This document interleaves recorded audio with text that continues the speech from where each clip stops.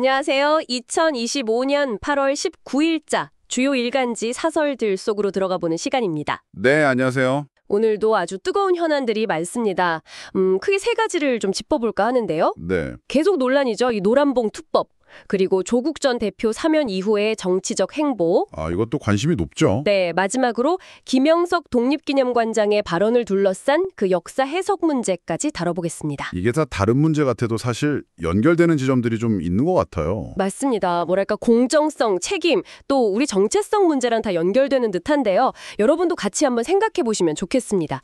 자, 그럼 첫 번째 주제, 국회 통과를 앞둔 노란봉투법, 그러니까 노동조합법 개정안부터 볼까요? 네, 세계일보랑 조선일보 사설을 보면 역시 재계의 우려가 아주 크게 다뤄지고 있습니다. 그렇죠. 아무래도 기업 활동에 미칠 영향이 크다고 보니까요. 네, 이 사용자 범위가 원청까지 넓어지고 또 노동쟁의의 대상도 경영 판단 사항까지 포함될 수 있다. 이게 핵심 우려인 거죠. 맞습니다. 그렇게 되면 기업 경영에 좀 혼란이 올 수 있다. 이런 시각인데요. 특히 그 협력업체 많이 쓰는 조선이나 자동차 산업 같은 곳은 더 타격이 클 수 있다. 이런 구체적인 지적도 있고요. 네, 하청노조가 원청이랑 직접 교섭하게 될 수도 있다는 점. 이게 기업 활동 위축으로 이어질 수 있다는 거죠.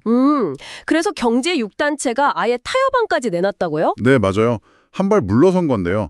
그러니까 불법 파업 손해배상 청구 제안은 일부 받아들일 수 있다. 하지만 하청노조 직접 교섭 의무는 좀 빼달라. 그리고 구조조정 같은 경영상 결정은 노동쟁의 대상에서 제외해달라. 이런 요구들이죠. 그리고 바로 시행하지 말고 유예 기간을 달라. 예, 최소 1년은 유예해달라고 간곡히 요청하고 있습니다.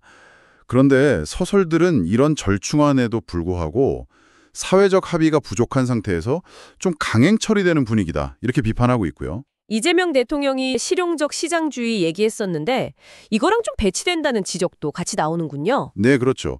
기업 운영의 자율성이나 예측 가능성이 좀 흔들릴 수 있다는 그런 걱정이 기저에 깔려 있는 것 같습니다. 네, 경제 이슈에서 이번엔 정치 쪽으로 한번 가볼까요? 조국 전 대표 이야기입니다. 광복절 특사로 풀려났는데 정치 복귀 움직임이 아주 빨라요. 네, 굉장히 주목받고 있죠. 세계일보 사설은 이 부분을 좀 비판적으로 보고 있어요.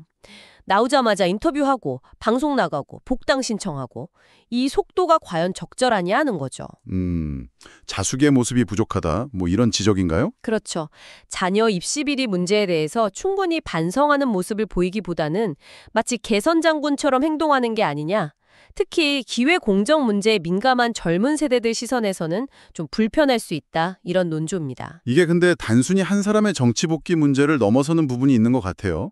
여론 지표랑 연결해서 분석을 하던데요. 여론조사 결과요? 네, 그 서설에서 리얼미터 조사를 인용했는데요.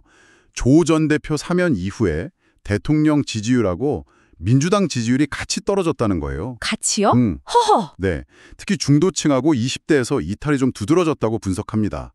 그래서 적대적 공생이라는 말까지 쓰더라고요. 적대적 공생. 서로 싸우면서 오히려 이득을 보는 구조. 그렇죠. 조 전 대표의 이런 행보가 결과적으로 정치 양극화를 더 심화시키는데 기여할 수 있다. 이런 우려인 거죠. 그래서 좀 자중해야 한다. 민심을 먼저 살피라는 메시지를 보내고 있습니다. 정치적 파장이 생각보다 클 수도 있다. 이런 거군요. 네, 그렇게 볼 수 있겠습니다. 자, 마지막 쟁점입니다. 역사 인식 문제로 넘어가 보죠. 한겨레신문 사설인데요. 김영석 독립기념관장의 광복절 기념사 발언을 문제 삼았습니다. 그 광복은 선물 발언 말씀이시죠? 네, 맞습니다. 광복은 연합군 승리로 얻은 선물이라는 이 표현. 사설은 이게 우리 독립운동의 역사를 좀 깎아내리는 거 아니냐 이렇게 보고 있어요. 더 나아가서 식민지 지배를 정당화하려는 그 소위 뉴라이트 시각과 맞닿아 있다고까지 비판하더군요. 네, 아주 강하게 비판합니다. 근데 김 관장 측에서는 함석헌 선는 글을 인용한 거라고 해명하지 않았나요? 맞아요. 해명은 그렇게 했는데 사설은 그게 맥락을 무시하고 자기 주장이 유리하게 갖다 붙인 거다. 견강부회다. 이렇게 반박합니다. 그러니까 인용 자체가 문제가 아니라 그 의도나 맥락 해석을 문제 삼는 거군요. 그렇죠.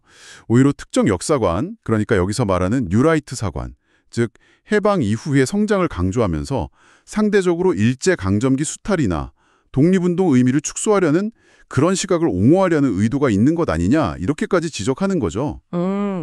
독립운동 정신을 기리는 기관의 장이 할 발언으로는 좀 부적절하다 이런 비판이 나올 수밖에 없겠네요. 네, 특히 과거에 김 관장의 다른 논란들까지 같이 언급하면서 자격 문제를 제기하고 사퇴까지 요구하고 있습니다. 결국 과거에 대한 해석이 현재의 사회적 갈등과 어떻게 연결될 수 있는지 보여주는 또 하나의 사례인 것 같습니다.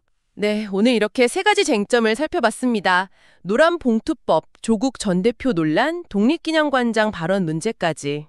네, 경제, 정치, 역사, 각기 다른 영역 같지만요. 들어보니 결국 다 연결되어 있다는 생각이 듭니다. 노동의 가치, 정치적 책임, 또 국가 정체성에 대한 우리 사회의 고민들 말이죠. 맞습니다. 법 하나 바꾸는 것, 정치인 한 사람의 행보, 또 역사적 발언 하나가 그냥 논쟁으로만 끝나는 게 아니라 실제 우리 경제나 사회 통합, 또 미래 방향 설정에까지 영향을 미치고 있으니까요. 오늘 저희가 던진 이 이야기들을 보시면서 여러분은 우리 사회가 앞으로 어떤 길을 가야 할까? 어떤 질문을 던지고 싶으신가요? 네, 그 질문을 한번 곱씹어 보시는 것도 오늘 저희 이야기의 의미를 더 깊게 만들 것 같습니다. 다음 시간에 또 흥미로운 분석으로 찾아뵙겠습니다.